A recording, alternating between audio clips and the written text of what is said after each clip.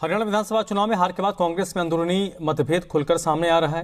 दरअसल all India Congress के OBC cell के चेयरमैन और पूर्व मंत्री कैप्टन अजय यादव ने कहा, सीडब्ल्यूसी और सीईसी में ओबीसी को नहीं बुलाया जाता, हमारी अनदेखी होती है। हरियाणा प्रदेश अध्यक्ष उदय भान को चुनाव नहीं लड़ना चाहिए था।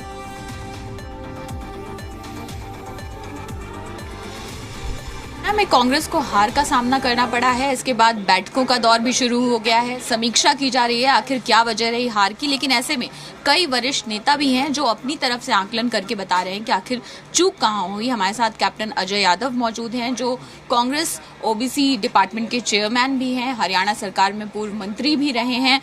सर, आपने कई ट्वीट किए और आपने बताया कि किस तरह से ओबीसी वर्ग की जहां तक बात करें और जहां पर यादव बहुल्य जो क्षेत्र थे वहां पर किस तरह से सिर्फ एक सीट पर जीत हासिल हो पाई है कांग्रेस को, क्या कारण मानते हैं और ये ट्वीट के पीछे की नाराजगी क्या है? देखिए, पहले तो आप ईवीएम मशीन का देख लीजिए। आप ये क्या कभी ऐसा हो सकता है क्या इंडिपेंडेंट और बीजेपी कैंडिडेट एक जैसी वोट ले लें और कांग्रेस का दिखाने 0-1-1-1, जबकि मुकाबला कांग्रेस और बीजेपी के अंदर है। उसके नीचे कांग्रेस बीजेपी की ज़्यादा वोटें आ रही हैं। तो ये टोटली मैनिपुलेटेड है। ये ईवीएम मशीन तो मैनिपुलेटेड है। जहाँ 99% ईवीएम मशीन चार्ज है वहाँ पर जो है बीजेपी जीत रही है। जहाँ 74-70% है वहाँ वो है। हम हारे नहीं हैं, हमें तो ईवीएम मशीन ने हराया है।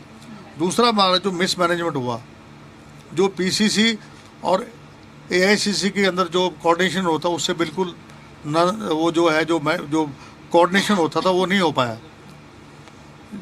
पीसीसी प्रेसिडेंट खुद चुनाव लड़ रहे थे, हमारे जो प्रभारी जी थे वो अस्पताल में बैठे हुए थे। हमारे पास प्रफुल्ल पटेल जी आए कि राहुल जी का जो है प्रोग्राम है।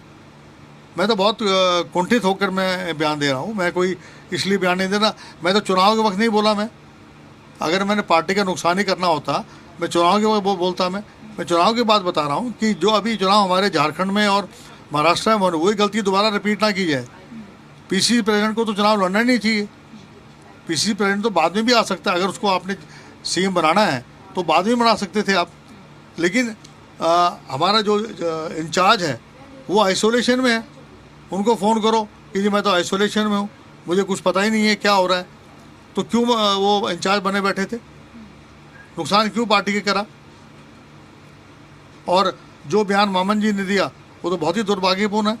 इस प्रकार का बयान उनको देना ही नहीं चाहिए था कि मेवात में जो लोग जिन्होंने मेरे पर अत्याचार किया है उनको जो है हम वहाँ से चलता कर देंगे। उसका जो असर हमारे पड़ा। बीजेपी वालों को तो मुद्दा चाहिए। मुद्दा हम खुद उनको अपने हाथ में उनको दे रहे हैं। मुद्दा आप उनको देंगे तो मुद्दा बनाएंगे और क्या करेंगे वो। और दूसरा, जो ओबीसी का चेयरमैन होने के नाते आप जो है हर समाज के लोगों की फ़ोटो जो है उस पर होनी चाहिए थी। वो जो आपका मैनिफेस्टो था, आपका जो गारंटी थी, सबकी होनी चाहिए थी। मैं एआईसीसी का चेयरमैन हूँ और मेरी फ़ोटो तक नहीं लगाई, ना किसी वैश्य समाज के लोगों की लगाई, ना किसी पंजाबी समाज की लगाई, ना किसी ब्राह्मण समाज की फ़ोटो लगाई। तो क्या ये पार्टी 3-4 लोगों की पार्टी है? और फिर शैलजा जी ने मुझे टाइम दिया, फिर कहने लगी कि मैं नहीं आ सकती क्योंकि मुझे चॉपर नहीं मिल रहा है। फिर उसके बाद जो है राहुल जी का प्रोग्राम रख दिया मेरे यहाँ कि जी आपके यहाँ राहुल जी का प्रोग्राम, प्रफुल्ल जी आए जो सेक्रेटरी हैं, और आपके यहाँ रोड शो होगा, हमने अनाउंस कर दिया। उसके बाद वो मैंने जब पता किया यहाँ तो कहते हैं कि कोई प्रोग्राम नहीं है। तो ये क्या है? ये मिसमैनेजमेंट है और क्या है, क्या नहीं है? तो इसके बारे में तो पार्टी को दुरुस्त तो करना ही पड़ेगा ना। सर, आप ओबीसी डिपार्टमेंट के चेयरमैन हैं। आपने कहा कि आप ये पद ही पूरी तरह से आई वॉश है।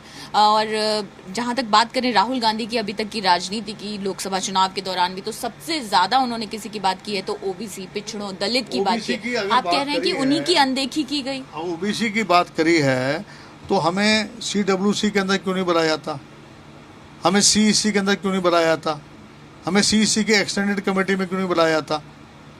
आप जो है हरियाणा से 4-5 लोगों को आप रिप्रेजेंटेशन दे रहे हैं, इनमें आप ओबीसी के चेयरमैन को आप दे नहीं रहे हैं। किस बात का चेयरमैन हूँ मैं? अगर हमारे कहने से अगर आप जो है ना तो हमारी कोई परवाह करता है, कोई वो नहीं है। यहाँ तक कि कई बार तो जो है हम ये समझते हैं कि ये जो पोस्ट है ऑर्नामेंटल पोस्ट है। हमने कई दफ़ा ये डिमांड करी, SC ST OBC माइनॉरिटी की जो 4 जो विंग हैं, इनको आप फ्रंटल ऑर्गेनाइजेशन का वो दीजिए, लेकिन कोई बात नहीं।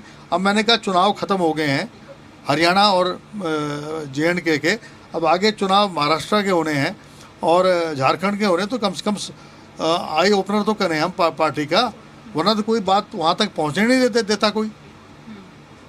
आप ये आरोप लगा रहे हैं कि ऊपर तक बात नहीं पहुंचने दी जाती। आज एक समीक्षा बैठक हुई ऑब्जर्वर्स के साथ, जिसमें खड़गे जी थे, राहुल गांधी थे। इस बैठक के बाद एक कमेटी बनाने की भी चर्चा की जा रही है जो सभी से बात करेगी। ये कमेटी, क्या आप लोगों से इस पर कोई सलाह मशवरा लिया गया, आप लोगों से कोई बातचीत की गई? और जो जिस तरह के बयान आप या कुमारी शैलजा चुनाव के बाद दे रहे हैं, तो ऐसे में क्या आप लोगों के खिलाफ भी कोई एक्शन जो है ले सकती है पार्टी? हमने क्या कौन सा जुर्म कर दिया है? सही बात बोलना तो कोई गलत थोड़ी ना है, किस बात के एक्शन लेंगे? पार्टी ने जो करना है पार्टी ने देखना है। हमने पार्टी के खिलाफ कोई शब्द, एक शब्द नहीं बोला। हमने ये बोला है कि मिसमैनेजमेंट नहीं होना चाहिए। एक आखिरी सवाल, आपके जो सहयोगी दल है इंडिया अलायंस का जो हिस्सा है, जैसे रामगोपाल यादव जी ने भी ये बयान दिया कि अति आत्मविश्वास जो रहा कांग्रेस का, वो उसको ले डूबा, इस पर आपका क्या कहना है? नहीं, ये ऐसा कुछ नहीं है। समाजवादी पार्टी का कुछ था नहीं हरियाणा में, ना आप पार्टी का था। ये वजह आपका अपना अंदरूनी मिसमैनेजमेंट है? हमारा अंदरूनी मिसमैनेजमेंट था, और ख़ास तौर से प्रभारी और PC प्रेसिडेंट दोषी ज़्यादा है। देखिए, हरियाणा में जिस तरह से कांग्रेस को हार का सामना करना पड़ा, तो अब कई नेता, अनुभवी चेहरे निकलकर सामने आ रहे हैं जो हार के अलग अलग कारण जो है वो सामने रख रहे हैं। अन्य सिंह, जी मीडिया, दिल्ली।